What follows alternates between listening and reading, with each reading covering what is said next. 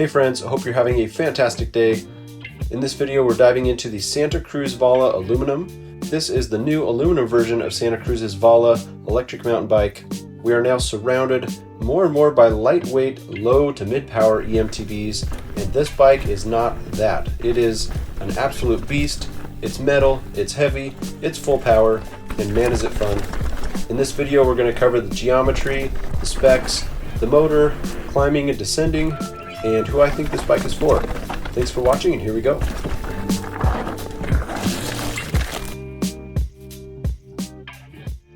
Alright, so as we're climbing up here, I just wanted to talk about some of the settings on this Bosch Line CX motor.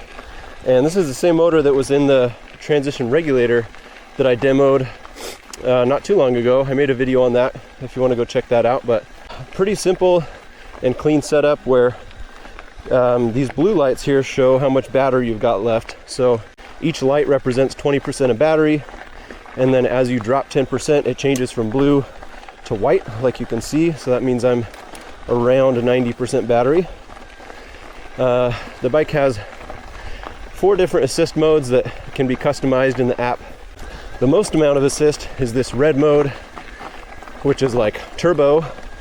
Then you drop down to purple, which is the EMTB mode. You drop down to blue, which is the touring mode, and then the green is eco. I think for a lot of people, they'll prefer to leave it in turbo on a big aluminum heavier bike like this, unless you're going to be doing a long day out on the bike, you know, then put it in one of those lower settings. You can change which mode it's in by this button here. The power button is here at the top, and then you've got the trigger buttons here on the side to go up and down in power modes, as well as use the walk mode. So this Bosch Line CX motor has a 600 watt-hour battery, 85 newton meters of torque. I'm actually towing my buddy Kevin right now, and here in the EMTB mode, seems to work pretty dang good. You know, we're still getting a bit of a workout, but this bike has plenty of power to haul you up the hill or help haul your buddies. So let's talk about the geometry here. It's got a head tube angle of 64 degrees, a reach of 478 millimeters, wheelbase of 1270, seat tube angle of 76.8, stack height of 643, and 445 chainstays. The Vala Aluminum uses the same 4-bar suspension layout as the carbon Vala. Yeah, so good. The 4-bar suspension layout is a bit different for Santa Cruz, who usually has the VPP design. They made this switch because there were some limitations with the ride field that they were going for and the VPP design and how that integrates with a motor. This bike has 150 millimeters of travel in the rear and 160 millimeters of travel on the front. It is a mixed wheel setup with a 29-inch front wheel and 27.5-inch rear wheel. Frame sizes for this aluminum version run from small to extra large. Now, the aluminum version does not include some of the geometry and progression adjustability that the carbon frame has, meaning that there are no flip chips. So for this aluminum version, Santa Cruz really was aiming to just keep this right in the middle zone, right in the sweet spot.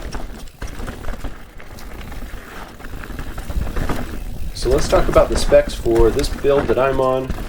This has the RockShox Zeb base fork and RockShox Super Deluxe base shock. It's got this Ram 70 transmission mechanical drivetrain, which was cool. I really liked this drivetrain actually. SRAM DB8 brakes. This is their budget mineral oil 4-piston brake offering. Santa Cruz in-house brand cockpit. It comes with Santa Cruz Reserve rims, and these do have a lifetime warranty even though they are aluminum rims, which is cool. The motor is the Bosch Line CX motor, and it's got a 600 watt-hour battery and 85 newton meters of torque. So what about pricing? There are currently 2 builds listed on the Santa Cruz website in the aluminum version. The first is the aluminum Dior build, which is going for $5,999 US. The other option, which is the bike that I'm testing, is the aluminum SRAM 70 build, which retails for $6,849. So how does this compare to the Vala carbon offerings? Well, in carbon there are a lot more build options, but at much higher price points. The lowest spec carbon model, entry-level model, costs $7,299, and the top of the line model costs $11,099. So I think the whole point of this aluminum version is to make it a more accessible price point, right?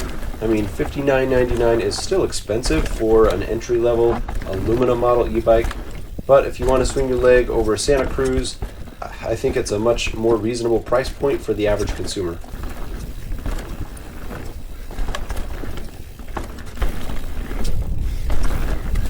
All right, dropping in on the Santa Cruz Vala Aluminum. Excited to try this bike out today.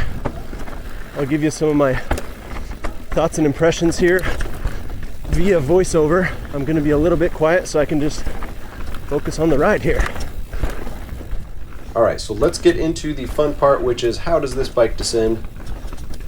Being a 150, 160 travel bike, this bike is set up for, I would say, serious trail and enduro style descending.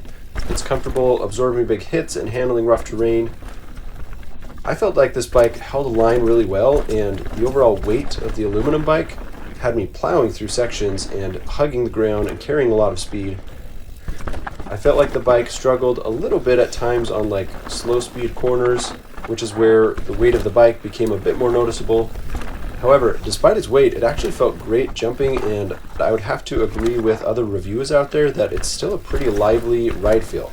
The 4-bar suspension layout felt very predictable, very balanced, and I didn't hesitate at all to pull for little gaps on the trail and hop over roots and rocks. When descending, I preferred to keep the motor in one of the two middle settings, either the EMTB mode or the touring mode. Personally, I'm a fan of a mullet setup, and I do feel like this helped a little bit with the cornering, the maneuverability on a heavier bike like this. This bike honestly felt bulletproof. The aluminum build and the overall weight of the bike made it feel like a tank. This bike wants to be a workhorse, man, for towing buddies, towing tools around for trail building, towing kids around, whatever you want to do. And honestly, who cares about the weight of the bike when the suspension is dialed and you've got a dang motor on it? The personality of this bike felt like it wanted to be ridden hard and often. This bike was very quiet. I kept listening for noises from the motor, and it seems like this new Bosch drive unit is quieter than the previous version, and the way that Santa Cruz has packaged it into this bike specifically, it was dead quiet. I also really liked the chainstay protector, which has these kind of raised fins on it, and the chain slap noise was pretty minimal. Whoa, whoa, whoa. I'm good. Sometimes it's just riding a bike that's not yours. Doesn't quite respond how you wanted, man. But I'm good. Bike's all good. Let's go. Anyways, my overall descending experience on the bike was quite positive. Not a whole lot of negative things to say, other than just the overall weight of the bike does limit its maneuverability and its playfulness at times. So last thing I want to talk about is, who is this bike for?